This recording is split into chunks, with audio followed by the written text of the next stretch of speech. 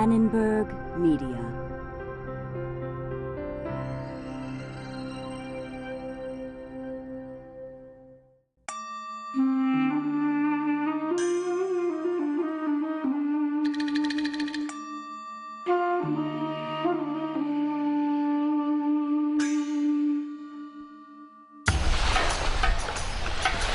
In 1432, a pair of Venetian sailors were shipwrecked off the coast of Norway. Like many world travelers of their day, they were curious about the domestic lives of the people they were about to meet. The inhabitants of this place are of so great simplicity of heart and obedient to the commandment of God that they neither know nor imagine what adultery may be. Cristoforo Fioravanti marveled at how his hosts lived. His report suggests that when it comes to the intimate details of family life, even two societies within Christendom could be worlds apart.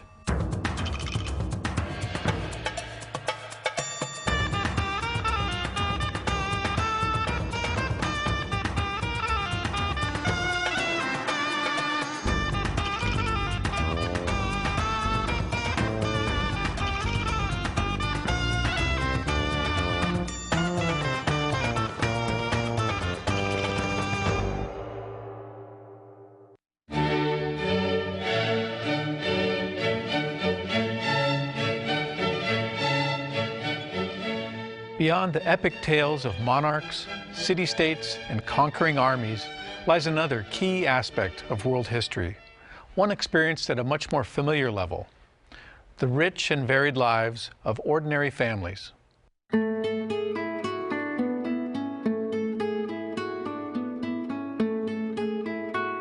Throughout all of human history, an individual's earliest and most profound experience of the world has likely taken place at home. The universal events of being born into a family, of forging one's first relationships, of managing conflicts in the intimate setting of a household, these are threads that bind together all of humanity. Historians have not always viewed this basic level of human interaction as an appropriate subject for study. But this idea is changing. Now, families and households are seen as essential keys to unlocking some of the major themes of world history. Research makes clear that both families and households assume vastly different forms around the globe. They also change over time, even within a single geographic area. As a result, even the interpretations of the words family and household don't remain constant. Historians use the word family to mean shared kinship, whether by blood or adoption. They define the term household to mean shared residence, which is often an economic unit as well. These two definitions can overlap depending on culture and language, but in general, family refers to relationship and household refers to residence. To get an accurate picture of these arrangements across cultures and over time, historians face a unique challenge. The view of families and households from inside these units and the view of them from outside, say from a political perspective, often don't agree. So researchers must gather evidence from a wide range of sources. Standard public documents may not offer much detail about family life. Today's historians also draw on more personal, first-hand accounts. They look at artifacts, genealogies, literature, and letters. They've found that this type of evidence often paints a very different picture of life inside the family than the official versions put forth by church or state. And in recent years, historians have been able to use large-scale statistical databases and computer programs that compile information on families and households to gain yet another perspective. An in-depth look at the family life in 3 different parts of the world will illustrate how this basic social unit has interacted with ideas, institutions, and communities over time. The first example traces the very tightly woven connection between Confucianism and family life in imperial China, from the 2nd century BCE into the 16th century. The second focuses on the spread of Islam through West Asia, beginning in the 7th century CE.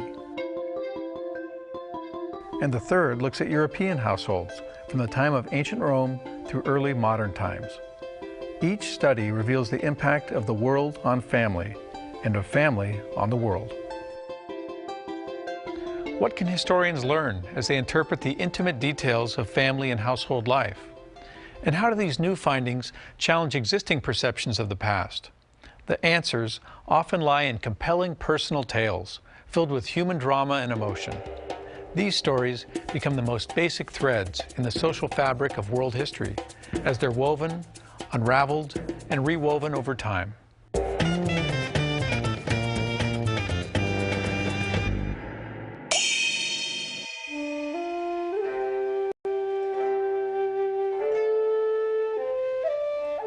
In the 6th century BCE, a Chinese philosopher known in the West as Confucius wanted to bring order to his troubled society. Confucius was born into an age of political and social turmoil in China. The powerful aristocratic clans had weakened and old institutions were breaking down. For Confucius, the family, not the individual or the community, was the fundamental unit of society. And, he believed, it was through correct ritual behavior in the family that social order could be restored. For Confucius, the rituals that ordered society were also part of family life, because family was the core of society, and the principal way that social order was attained was through creating order in the family and using rituals to do that, primarily rituals to venerate ancestors. As Confucian ideas took hold, state and society were sometimes viewed as an extension of the family. A ruler was to treat his subjects the way a father treated his sons, and vice versa. Ideally, the virtue of filial piety characterized this relationship. The father had absolute authority in the family and required absolute obedience from the son. In fact, age and gender determined all hierarchy within the family: age over youth, male over female. During the latter Han Dynasty in the 1st and 2nd centuries CE, the ideas of Confucius and his followers began to dominate all realms of Chinese social and political life. One influential interpreter of these ideas was Ban Zhao, who lived in the 1st century CE. The daughter of a famous scholarly family and a noted scholar herself, Ban Zhao wrote Admonitions for Women, a collection of essays that detailed relations within the family, according to Confucian ideals. If a husband does not control his wife, then the rules of conduct manifesting his authority are abandoned and broken.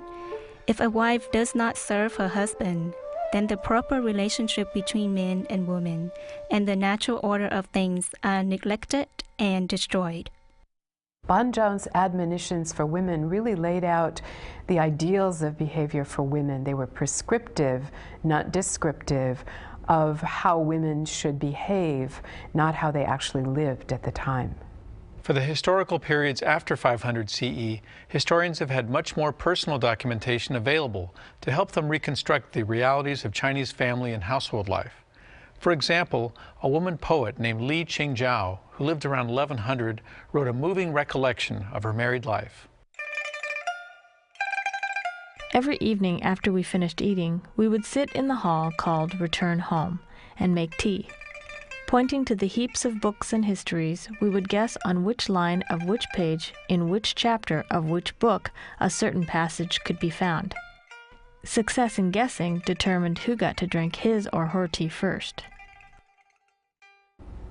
The kind of perspective that a personal memoir, such as that by Li Qingjiao, gives us is a very, very different one from something like Ban Zhao's admonitions for women, which were prescriptive ideals of behavior. But the personal recollection of Li Qingjiao about her own married life, her recollections of her marriage, give us that intimate personal view of family life that we can't get from official records or prescriptive ideals like the admonitions for women. Confucianism idealized the extended family, but in reality, only a small portion of the population, the elite few, could afford to maintain large households. For poor families, children were a financial burden, who were often sold as servants. Confucian ideals contributed to favoring sons over daughters. In contrast to daughters, who changed residence after marriage, sons married and resided within the family of birth, caring for their elders. Ideally, they would produce male descendants to continue the ancestral rights and carry on the family line. If a poor family could feed a daughter until she was old enough, she might be sold as a bride, a servant, or even a concubine. By around 1000 CE, Confucian ideals had intertwined with law codes of the state to define the family from an official and legal perspective. But as in other cultures, additional factors played a greater role in shaping the actual experience of family life. Economic realities, regional customs, and individual personalities. By the 16th century, what historians might describe as a more realistic picture could be seen in the life of Gu Ra Pu, a widow who maintained her family after her husband's death. In a letter to her 2 sons, she wrote, "Little did you know that your mother had to battle poverty, illness, and fatigue to keep the family from going adrift. Every fiber and every grain that this family owns are the fruits of my industry and hardship over several decades. Preserve and magnify them." The role of mothers in educating sons, in running households, even in arranging marriages, points to another important aspect of family history. The dividing line between the inner realm of family and the outer realm of community is not always clear-cut. This essential concept can be seen in Islamic family life as well.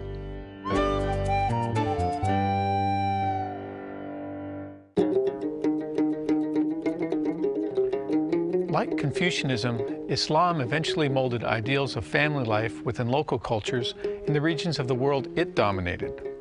The early Muslim community in West Asia developed its practices by melding the Prophet Muhammad's teachings with Arab tribal customs already in place.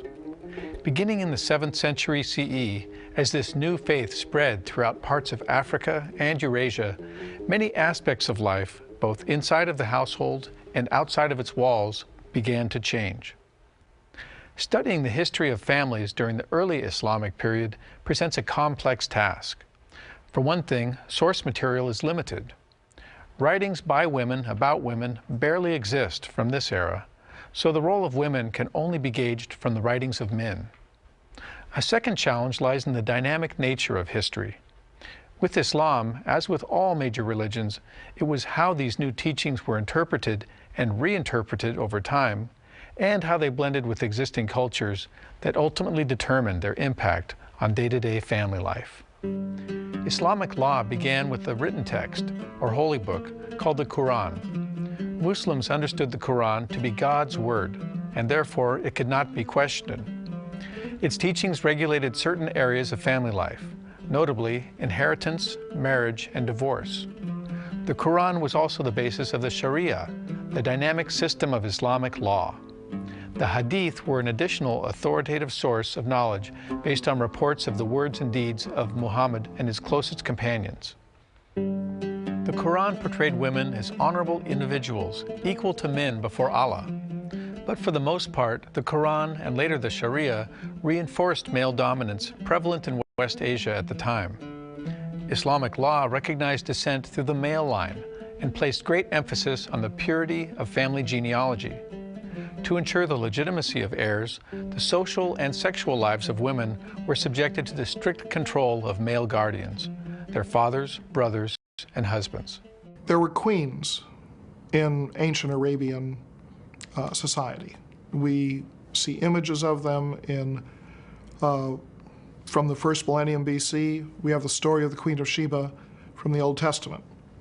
Nevertheless, most scholars believe that the basic Arab tribal structure was predicated on patriarchy, and that there was no general matriarchal phase to it. With the introduction of Quranic law, a significant impact was felt on family life.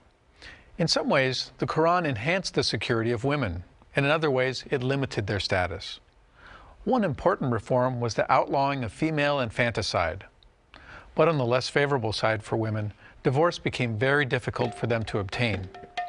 Under Islam, the family was a highly valued institution, the most important social, economic, and political unit of the community. Marriage was its primary relationship. the legal contract of marriage often linked the resources of two families, and it was the single most important event in a person's life. Polygamy, or plural marriage, was sometimes practiced. Adoption was not permitted in Islam, since the guardianship of orphans and protection of widows were viewed as the responsibility of the entire community. Households under Islam looked inward for strength and satisfaction.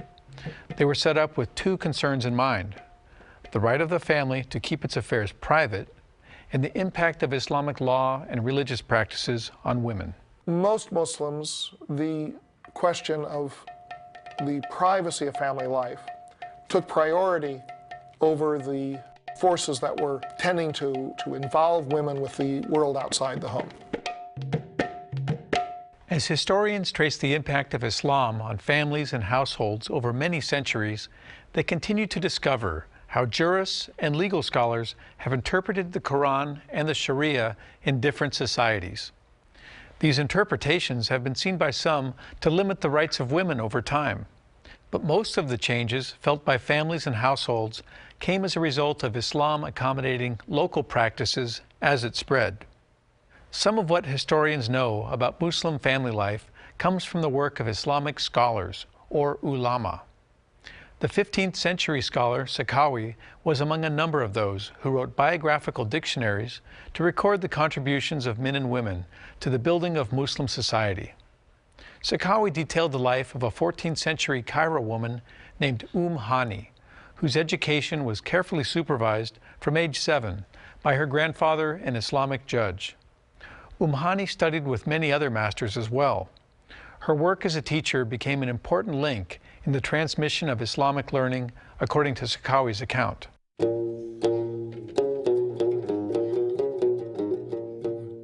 She taught hadith for a long time, and many scholars heard it from her. Personally, everything I have learned from her teachers, I learned through her.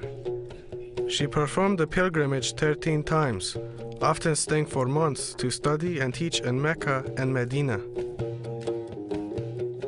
This record of Hani's life also offers a window into her family's finances. When her grandfather died, her husband claimed the inheritance and used it freely. But after her husband died, she inherited it all. With the money, she bought a great workshop, famous for its enormous size and many spinning wheels. As she grew older, she lost her eyesight, but was patient. Then, when she lost the use of her legs and became housebound, her Hanafi son looked after her until she died.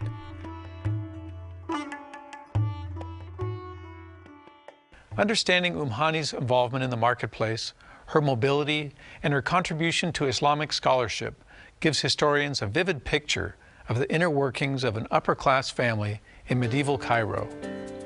Her life story also provides evidence of how close family ties could offer security to the aging in Islamic communities of the time.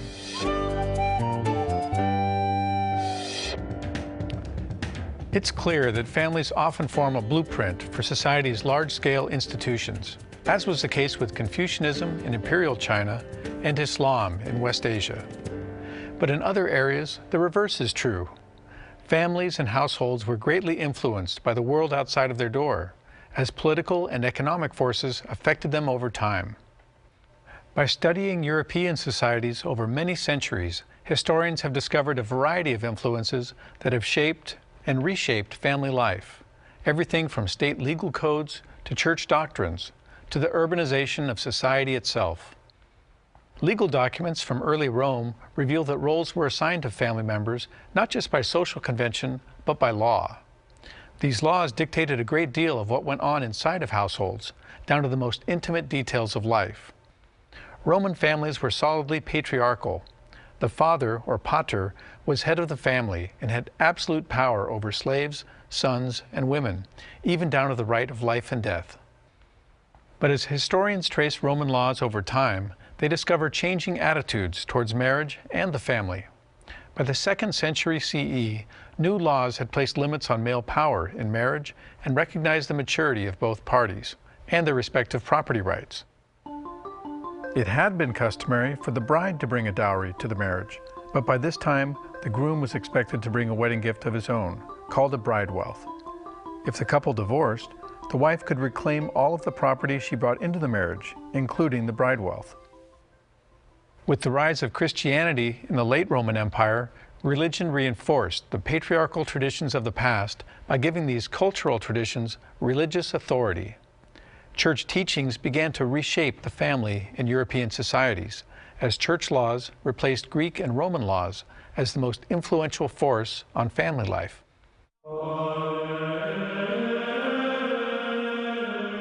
By the time of Europe's medieval era, the Roman Catholic Church's role in defining family life had further evolved. It now extended well beyond its control of marriage, which had officially become a sacrament in 1215. The Church began to assume responsibility for standards and expectations in the most personal aspects of family life. The Church began to tighten its control over family life about the 12th to 13th century. The Church instituted mechanisms that enabled it to peer very deeply into the personal lives of individuals. So, for example, quite apart from standing in front of a priest in order to be married, individuals had to confess their sins to a priest who prescribed penance. And this mechanism allowed the Church to exercise much more direct control over the individual lives of Christians. Medieval households sometimes were centers of economic activity, and they rarely guaranteed the pleasantries that later became associated with a private home life. Even peasants who were relatively prosperous sometimes lived in households that were pretty unpleasant. So the Dutch scholar Erasmus, for example, mentioned households in which an entire family lived in a single room, slept in a single bed, above the space where chickens and cows lived on top of straw and hay. Even though the Roman Catholic Church officially defined the parameters of marriage and family, the secular realm has provided evidence of how families and households were shaped by other factors. For instance, historians have learned a great deal about family life in medieval England from village court rolls. Historians once assumed that during Europe's medieval period, parents from all social classes viewed their children as small adults with no official time of childhood. Indeed, many children were sent out to work by about age 10. But recent scholarship has begun to question some long-held assumptions about the treatment of children. Interpretations have changed over time, influenced by the kinds of sources historians use. There is now plentiful evidence from medical texts, art, and literature that the medieval period was a time when some children enjoyed a great deal of parental affection. With the growing affluence of cities, more upper-class parents kept family archives, and these records have given historians vivid details of the joys parents shared with their children. By the 13th century, changes in the economic life of communities in medieval and Renaissance Europe had greatly affected family life. With the rise of capitalism and the increased use of cash and contracts, households in their immediate communities were no longer the hub of economic activities. As urban communities expanded, more families began to live in cities rather than peasant rural households. This meant that families had to rely much more heavily on local markets, and even women and children began to play roles in the urban economy. Just as the early Christian church influenced family life in the medieval period, the Protestant Reformation had a profound impact on family life in 16th century Europe. Martin Luther and other reformers promoted the idea of the home as the cradle of citizenship. A man was to provide for his wife and children and rule over his family with a firm but just hand. A wife was the mother of the house, a position of high authority and equal respect. But reformers valued children above all, and their teachings helped elevate the conditions of children throughout Europe in ways that are still felt today. Studying the history of families presents a host of challenges. Source material can be elusive. Researchers are now beginning to unearth fresh evidence from sources that reveal personal accounts of family life, not just society's ideals. But how reliable are those sources? History is a constantly changing field of study, and since family life has only recently become a focus of historical study, family history is even more in flux than most other fields of inquiry. So, there are some historians who believe, for example, that families have treated their children basically the same throughout the ages, that parents always loved their children and indulged them until they had joined the adult world. Meanwhile, however, another school of historians has argued that European childhood underwent dramatic change over time, that pre-modern children basically were miniature adults whose parents treated them as adults and made no effort to shield them from all the difficulties and even the horrors of adult life. According to this view, it was only in the 17th, maybe 18th century that society began to recognize childhood as a distinctive stage of an individual's development and began to nurture children with an eye toward fostering their development into healthy and happy adults.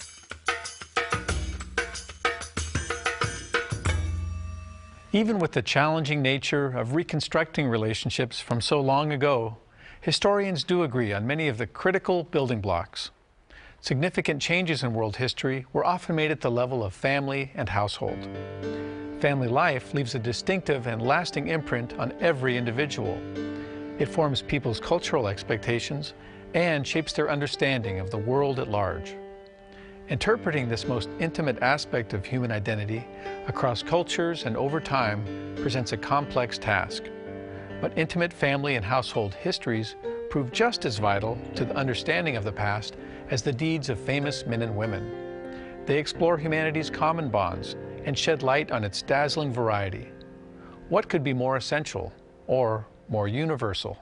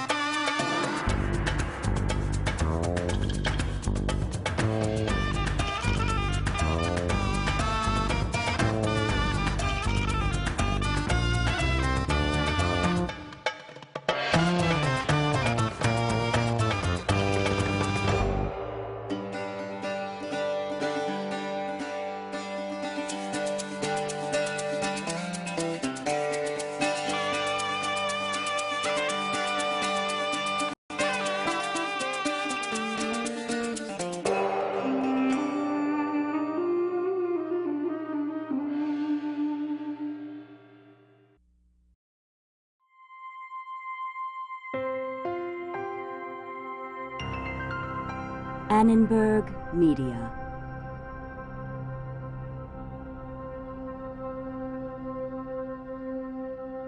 For information about this and other Annenberg Media programs, call 1-800-LEARNER and visit us at www.learner.org.